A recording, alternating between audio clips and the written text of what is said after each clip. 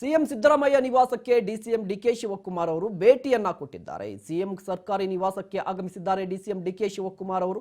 ಒಂದು ಕಡೆ ಶೋಷಿತ ಜಾಗೃತಿ ಸಮಾವೇಶ ನಡೀತಾ ಇರುವಂತದ್ದು. ಈ ಹಿನ್ನೆಲೆಯಲ್ಲಿ ಮಾತುಕತೆ ನಡೆಸುವ ಸಾಧ್ಯತೆ ಇರುವಂತದ್ದು. ಸಮಾವೇಶಕ್ಕೆ ತೆರಳುವ ಮುನ್ನ ಮಹತ್ವದ ಸಮಾಲೋಚನೆಯನ್ನ ನಡೆಸಿದ್ದಾರೆ. ಕಾರ್ಯಕ್ರಮದಲ್ಲಿ ಜಾತಿ ಗಣತಿ ಅನುಷ್ಠಾನ ಭರವಸೆ ಸಾಧ್ಯತೆ ಈ ವಿಚಾರವಾಗಿ ಇವತ್ತು ಸಿಎಂ ಸಿದ್ದರಾಮಯ್ಯನವರು ಹಾಗೆ ಡಿಸಿಎಂ ಡಿಕೆ ಶಿವಕುಮಾರ್ ಅವರು ಮಹತ್ವದ ಸಮಾಲೋಚನೆಯನ್ನ ನಡೆಸಿರುವಂತದ್ದು. ಒಂದು ಕಡೆ ಚಿತ್ರದುರ್ಗದಲ್ಲಿ ಅಹಿಂದ ವರ್ಗಗಳ ಸಮಾವೇಶ ನಡೀತಾ ಇರುವಂಥದ್ದು. ಜಾತಿ ಗಣತಿ ವರದಿಯನ್ನು ಸ್ವೀಕಾರ ಮಾಡಬೇಕು, ಅಂಗೀಕರಿಸಬೇಕು ಅಂತ ಒತ್ತಾಯ ಮಾಡಿ ಈ ಸಮಾವೇಶವನ್ನು ಹಮ್ಮಿಕೊಳ್ಳಲಾಗಿರುವಂಥದ್ದು. ಈ ಕಾರ್ಯಕ್ರಮಕ್ಕೆ ಇಬ್ಬರು ನಾಯಕರು ಕೂಡ ಆಹ್ವಾನ ಇರುವಂಥದ್ದು. ಒಂದು ಕಡೆ ಸಿಎಂ ಸಿದ್ದರಾಮಯ್ಯವರು ಸೆಂಟರ್ ಆಫ್ ಅಟ್ರಾಕ್ಷನ್, ಹಾಗೆ ಕೆಪಿಸಿಸಿ ಅಧ್ಯಕ್ಷರು ಡಿಸಿಎಂ ಡಿಕೆ ಶಿವಕುಮಾರ್ ಅವರು ಕೂಡ ಭಾಗಿಯಾಗ್ತಾರೆ. ಕಾಂಗ್ರೆಸ್ನ ಪ್ರಣಾಳಿಕೆ ಮ್ಯಾನಿಫೆಸ್ಟೋದಲ್ಲೂ ಕೂಡ ಈ ಹಿಂದೆ ಚುನಾವಣೆಗೂ ಮೊದಲು ಜಾತಿ ಗಣತಿ ವಿಚಾರಕ್ಕೆ ಸಂಬಂಧಪಟ್ಟಂತೆ ಒಂದು ಭರವಸೆಯನ್ನು ಕೊಟ್ಟಿತ್ತು ರಾಜ್ಯ ಕಾಂಗ್ರೆಸ್. ಅದೇನೆಂದರೆ ಕಾಂಗ್ರೆಸ್ ಪಕ್ಷ ರಾಜ್ಯದಲ್ಲಿ ಸರ್ಕಾರವನ್ನ ರಚನೆ ಮಾಡಿದ್ರೆ, ಅಧಿಕಾರಕ್ಕೆ ಬಂದ್ರೆ ಜಾತಿ ಗಣತಿಯನ್ನ ಸ್ವೀಕಾರ ಮಾಡಿ ಅನುಷ್ಠಾನಕ್ಕೆ ತರ್ತೀವಿ ಅಂತ. ಈಗ ಸರ್ಕಾರ ಏನೋ ಬಂದಾಯಿತು, ರಾಜ್ಯದಲ್ಲಿ ಕಾಂಗ್ರೆಸ್ ಸರ್ಕಾರ ಇದೆ. ಅಹಿಂದ ನಾಯಕ ಸಿದ್ದರಾಮಯ್ಯನವರು ಸಿಎಂ ಆಗಿದ್ದಾರೆ. ಕೆಪಿಸಿಸಿ ಅಧ್ಯಕ್ಷರು ಮ್ಯಾನಿಫೆಸ್ಟೋನ ಎಲ್ಲಾ ಅಂಶಗಳನ್ನ ಇಟ್ಕೊಂಡು ಮ್ಯಾನಿಫೆಸ್ಟೋವನ್ನು ರಿಲೀಸ್ ಮಾಡಿದ್ರು ಕೆಪಿಸಿಸಿ ಅಧ್ಯಕ್ಷರು. ಅವರು ಕೂಡ ಡಿಸಿಎಂ ಆಗಿದ್ದಾರೆ. 135 MLAಗಳನ್ನು ಹೊಂದಿರುವಂತಹ ಕಾಂಗ್ರೆಸ್ ಅಧಿಕಾರವನ್ನು ನಡೆಸ್ತಾ ಇದೆ.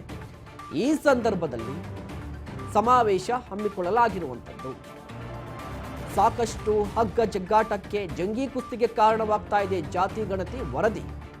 ಒಂದು ಕಡೆ ಪ್ರಬಲ ಸಮುದಾಯಗಳು, ಒಕ್ಕಲಿಗ ಆಗಿರಬಹುದು, ವೀರಶೈವ, ಲಿಂಗಾಯತ ಆಗಿರಬಹುದು, ಈ ಎರಡೂ ಸಮುದಾಯಗಳು ಕೂಡ ಜಾತಿ ಗಣತಿಯನ್ನ ವಿರೋಧ ಮಾಡ್ತಾ ಇರುವಂಥದ್ದು. ಕಾರಣ ಏನಂದ್ರೆ ಅವೈಜ್ಞಾನಿಕವಾಗಿ ಕಾಂತರಾಜು ವರದಿ ಸಿದ್ಧವಾಗಿದೆ. ಇದು ಅವೈಜ್ಞಾನಿಕವಾಗಿ ಸಿದ್ಧವಾಗಿರುವಂಥದ್ದು.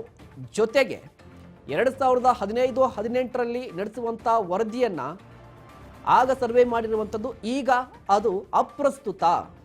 2024 ಬರುತ್ತೆ, ಇದು ಅಪ್ರಸ್ತುತ ಅಂತ ಬಂದಿರುವಂಥದ್ದು. ಈ ಕಾರಣಕ್ಕಾಗಿ ಒಂದು ಕಡೆ ಸಮಾವೇಶ ನಡೀತಾ ಇದೆ, ಮತ್ತೊಂದು ಕಡೆ ಈ ಇಬ್ಬರ ನಾಯಕರ ಮಾತುಕತೆ ಸಾಕಷ್ಟು ಕುತೂಹಲ ಕೂಡ ಕೆರಳಿಸಿರುವಂಥದ್ದು.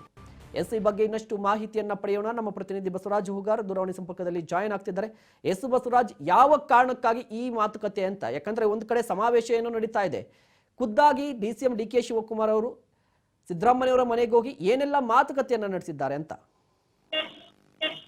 ಮಹೇಶ್, ಈಗಾಗಲೇ ಚಿತ್ರದುರ್ಗದಲ್ಲಿ ಏನು ದಲಿತ ಸಮಾವೇಶ ಇರುವಂತದ್ದು, ಏನು ಈಗಾಗಲೇ ಜಾತಿ ಗಣತಿ ವರದಿಯನ್ನ ಅನುಷ್ಠಾನ ಮಾಡಬೇಕು ಅನ್ನುವಂತ ನಿಟ್ಟಿನಲ್ಲಿ ಶೋಷಿತರ ಜಾಗೃತಿ ಸಮಾವೇಶ ಎಂಬ ಹೆಸರಿನಲ್ಲಿ ದೊಡ್ಡ ಮಟ್ಟದ ಸಮಾವೇಶ ಮಾಡ್ತಾ ಇದ್ದಾರೆ.